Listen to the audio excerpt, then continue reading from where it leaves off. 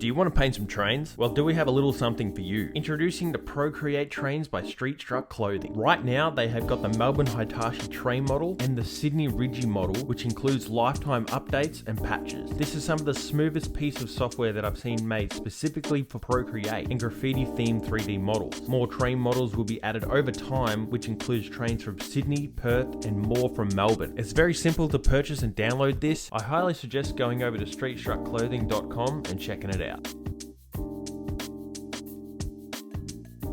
These are some of the most dangerous places to paint graffiti. Please do not do this.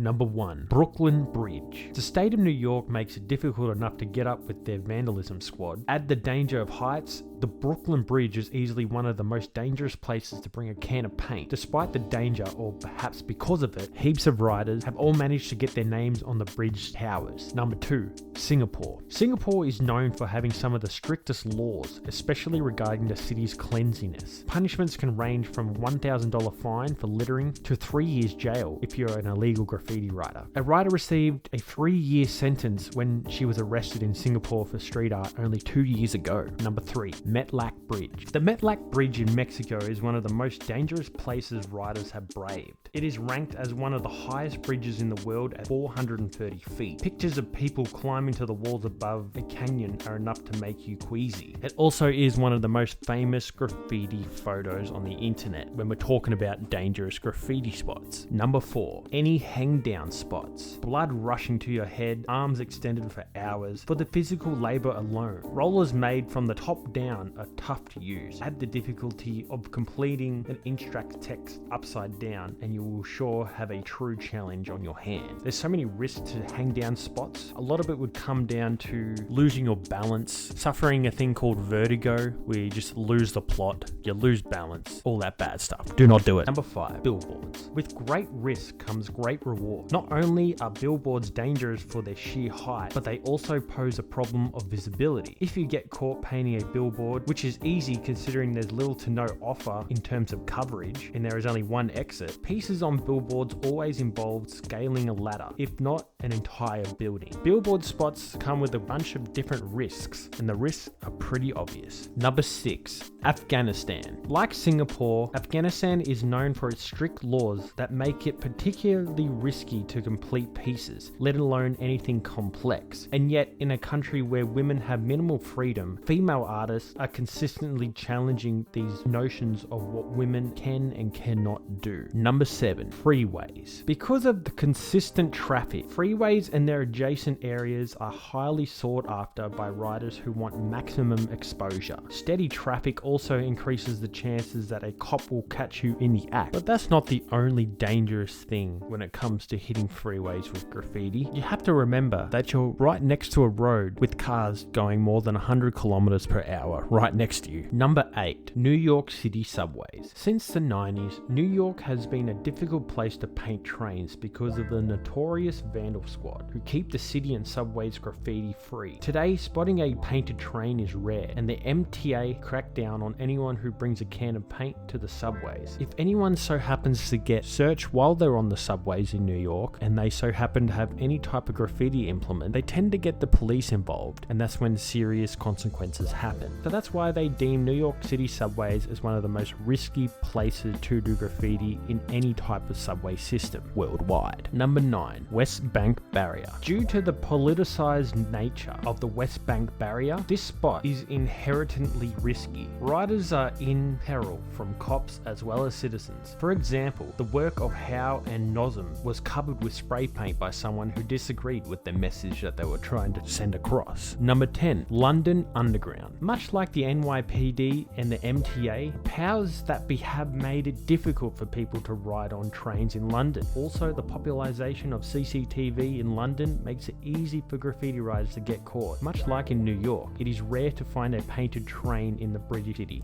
Number 11. Samusa, I think that's how you say it, Samusa bus shelters. Messing with those with money creates a whole other level of daring, as is the case with graffiti writers that target the advertising company Samusa. or Samusa, I don't know how you say it. The group owns bus shelter ads across New York and other cities, including a bunch of other ones like Barcelona, Libsyn, and Madrid. Through the DIY attitude that is inherent in graffiti writers, the writers have found ways to hack into these ads, making use of a legally done advertisement but making them a clean display space for their works. Number 12. Miami. The city of Miami is a reminder of the paradox that exists between legal street art and illegal graffiti. The Wynwood Walls Festival welcomes artists from across the globe to paint each year in the Miami neighborhood. However, outside of this haven, the rest of the city isn't as tolerant. Number 13. Sydney Opera House. City officials come down hardest on those who deface intentionally recognised buildings, such as Sydney's Opera House. Two-piece activists were fined $151,000 and sentenced with 9 months periodic detention for spray painting the landmark of what is known as the Opera House in Sydney, Australia. Over 5 years later, Greenpeace rappelled over the facade to share a similar message, risking not only a hefty fine but also their lives. Number 14.